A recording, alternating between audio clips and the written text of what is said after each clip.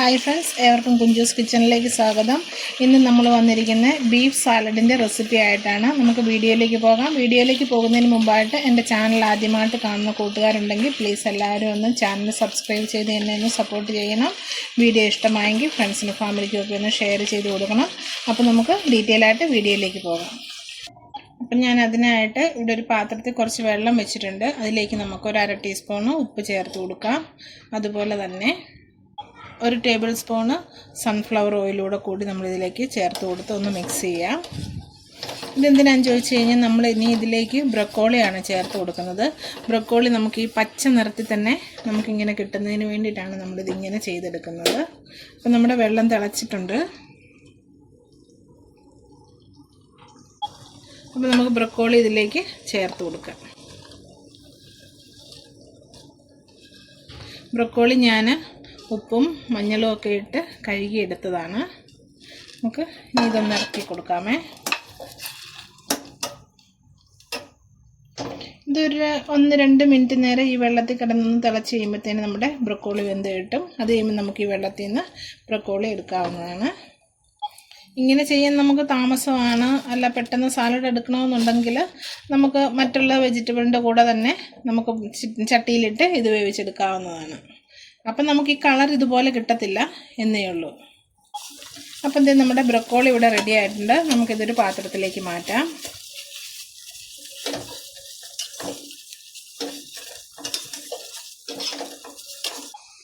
ഇനി നമ്മൾ എടുത്തിരിക്കുന്ന ബീഫാണ്. ബീഫ് നമ്മൾ ചെറുതായിട്ട് നൈസായിട്ട് ഇതുപോലെ കട്ട് ചെയ്തെടുത്തിട്ടുണ്ട്. എല്ലാ പീസും അതുപോലെ തന്നെയാണ്.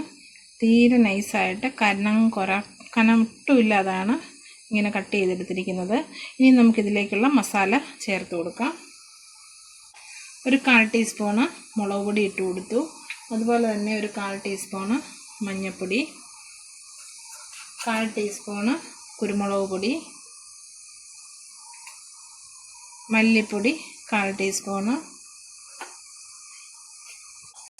ഇനി ചേർത്ത് കൊടുത്തിരിക്കുന്ന കോൺഫ്ലവറാണ്. ഒരു ചെറിയ സ്പൂൺ ഉണ്ടല്ലോ, ഈ സ്പൂണിൽ 1 ടീസ്പൂൺ ചേർത്ത് കൊടുത്തു. 1 ടീസ്പൂൺ അല്ല, 1 സ്പൂണ്. ഇനി നമുക്കിതിലേക്ക് ചേർക്കേണ്ടത് ആവശ്യത്തിനുള്ള ഉപ്പാണ്. ഒരു 1/4 ടീസ്പൂണ് ഉപ്പ് ചേർത്ത് കൊടുത്തു. ഇനി ഒരു 1 ടീസ്പൂണ് സോയാ സോസ് കൂടി ചേർത്ത് കൊടുത്തു. ഇനി നമുക്കിത് നന്നായിട്ടൊന്ന് മിക്സ് ചെയ്തെടുക്കാം. അപ്പോൾ നമുക്കിതൊന്ന് നന്നായിട്ടൊന്ന് മിക്സ് ചെയ്തെടുക്കാം.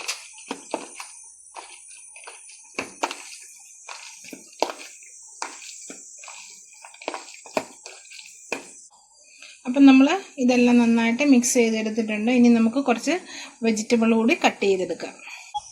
നമ്മൾ കുറച്ച് കൂൺ ഇതുപോലെ കട്ട് ചെയ്തെടുത്തിട്ടുണ്ട്. ഒരു സവോള ഇങ്ങനെ ഡൈസായിട്ട് കട്ട് ചെയ്തെടുത്തിട്ടുണ്ട്. അതുപോലെ തന്നെ കുറച്ച് ക്യാപ്സിക്കം. ഇനി ഞാനിവിടെ ഒരു പാൻ വെച്ചിട്ടുണ്ട്. പാനിൽ നമുക്ക് കുറച്ച് ഓയിൽ ചേർത്ത് കൊടുക്കാം. ഞാനിവിടെ എടുത്തിരിക്കുന്നത് സൺഫ്ലവർ ഓയിലാണ്. അപ്പം നമ്മുടെ എണ്ണ ചൂടായിട്ടുണ്ട്. നമ്മൾ നേരത്തെ മസാല പുരട്ടി വെച്ചിരുന്ന ബീഫ് നമുക്കിതിലേക്ക് ചേർത്ത് കൊടുക്കാം.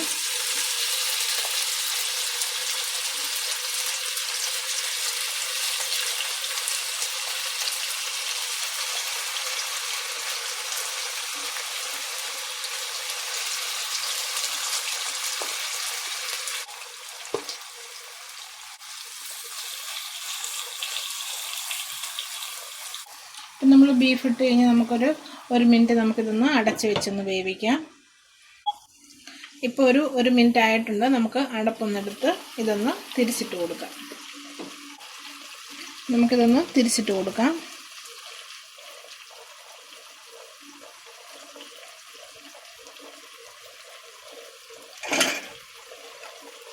അപ്പം നമ്മൾ എല്ലാ പീസും ഒന്ന് മറിച്ചിട്ടിട്ടുണ്ട്. ഇനി നമുക്ക് അടച്ച് വെച്ച് ഒരു 1.5 മിനിറ്റ് കൂടി വേവിച്ചെടുക്കാം. അപ്പം നമ്മളുടെ ബീഫ് നമുക്ക് തുറന്ന് ഇനി നമുക്കിതൊന്ന് മൊത്തത്തിലൊന്ന് ഇളക്കിയൊന്ന് യോജിപ്പിക്കാം.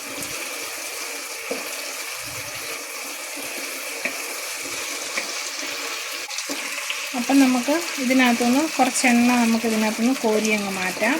കുറച്ചേറെ എണ്ണയുണ്ട്, നമുക്ക് ഇതിനകത്തുനിന്ന് എണ്ണ കുറച്ചങ്ങ് മാറ്റാം. അപ്പം നമ്മൾ 1 ടേബിൾ സ്പൂണ് എണ്ണ അങ്ങ് കോരി മാറ്റിയിട്ടുണ്ട്. കാരണം ഈ ബീഫിൻ്റെ നെയ്യും എല്ലാം കൂടി ഇറങ്ങിയതാണത്. അത് നമ്മൾ കുറച്ചങ്ങ് മാറ്റി. ഇനി നമുക്കിതിലേക്ക് ചേർത്ത് കൊടുക്കുന്നത് നമ്മൾ നേരത്തെ അരിഞ്ഞു വെച്ച കൂണാണ്. കൂണ് നമുക്ക് ചേർത്ത് ഒന്ന് ഇളക്കി കൊടുക്കാം.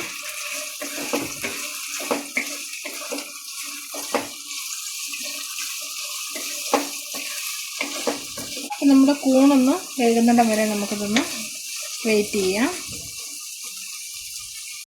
അപ്പം നമ്മുടെ കൂണ് തേണ്ട പകുതി വേവായിട്ടുണ്ട്. ആ സമയം നമ്മളിതിലേക്ക് ചേർത്ത് കൊടുക്കുന്നു നമ്മൾ നേരത്തെ അരിഞ്ഞു വെച്ച സവാളയാണ്.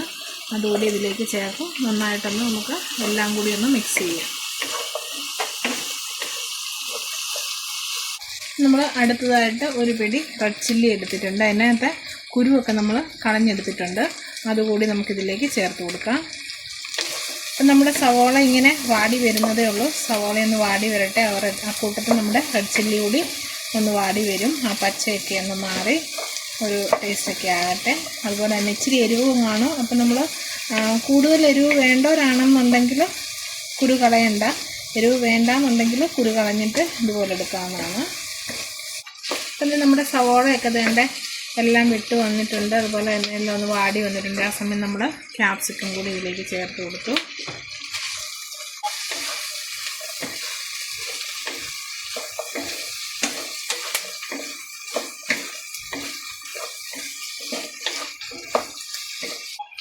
അടുത്തായിട്ട് നമ്മൾ ചേർത്ത് കൊടുക്കുന്നത് ബ്രക്കോളിയാണ്. നമ്മൾ നേരത്തെ വേവിച്ച് വെച്ചിരുന്നാണല്ലോ, അതുകൂടി ഇതിലേക്ക് ചേർത്ത് കൊടുക്കുവാണ്. നന്നായിട്ടൊന്ന് മിക്സ് ചെയ്യാം.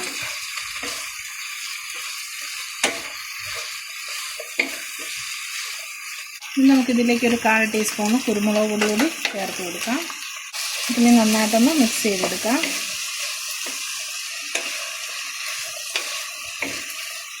നമ്മുടെ പച്ചക്കറിയിൽ വെള്ളമൊക്കെ കൂടി ഇറങ്ങിയിട്ടുണ്ട്.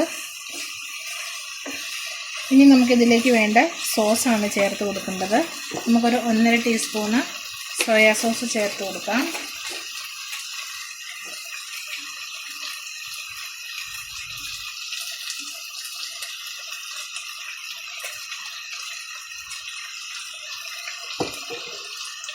അടുത്തതായിട്ട്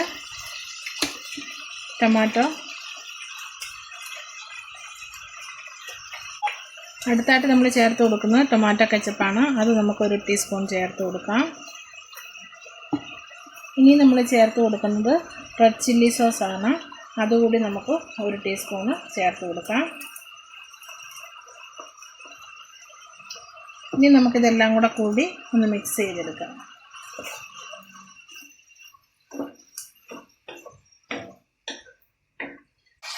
അപ്പോൾ നമുക്കിതിലേക്കൊരു കുറച്ച് ഉപ്പിൻ്റെ കുറവുണ്ട്. അപ്പോൾ നമുക്കതുകൂടി ഇതിലേക്ക് ഇപ്പോൾ ചേർത്ത് കൊടുക്കാം. നമുക്കിനി നന്നായിട്ടൊന്ന് മിക്സ് ചെയ്യാം.